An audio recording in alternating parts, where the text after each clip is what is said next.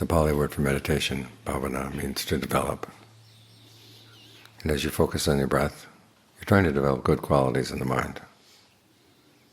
Qualities like mindfulness, alertness, ardency.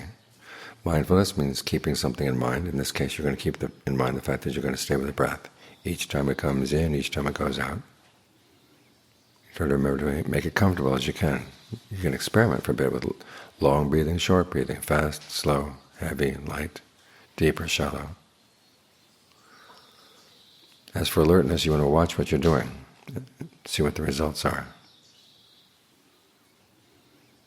Be very clear each time you breathe in that you're with the breath. If you're not with the breath, be clear about the fact that you've got to get back. That's the third quality, which is ardency. You're trying to do this well.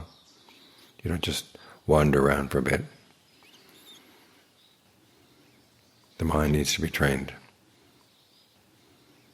So you keep training it to stay, to stay, to stay. You're developing new muscles inside. Actually, the muscles are there already. It's just they're kind of weak. As with any exercise, you start out weak, but as you do it again and again, you get stronger and stronger. Because as the Buddha said, when he uses the word bhavana, develop, it's not the case that you're taking things from outside or from anyone else.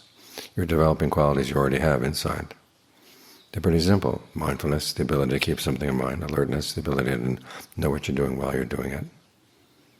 It's the ardency that takes some effort. Being convinced that this is really worthwhile. You're going to try to do your best. And as you develop these qualities, they become strong in all areas of your life. Again, like exercising, it's not the case that you exercise in the gym and then leave your strong muscles down at the gym. You take them home with you. Now, a lot of people, they come home and they may be lifting weights in the gym, but they won't lift a finger at home. That's not useful. The whole purpose of developing these qualities is that you can use them all the time. Because the mind is creating trouble for itself all the time. Greed comes up and we run along with the greed. Anger comes up and we run along with the anger. Delusion comes up and we don't know what we're doing, but we follow it. And it can take us some pretty bad places. So you need to have the alertness to know what's going on, and the ardency to decide, I'm not going to follow those things because they've taken me to bad places in the past.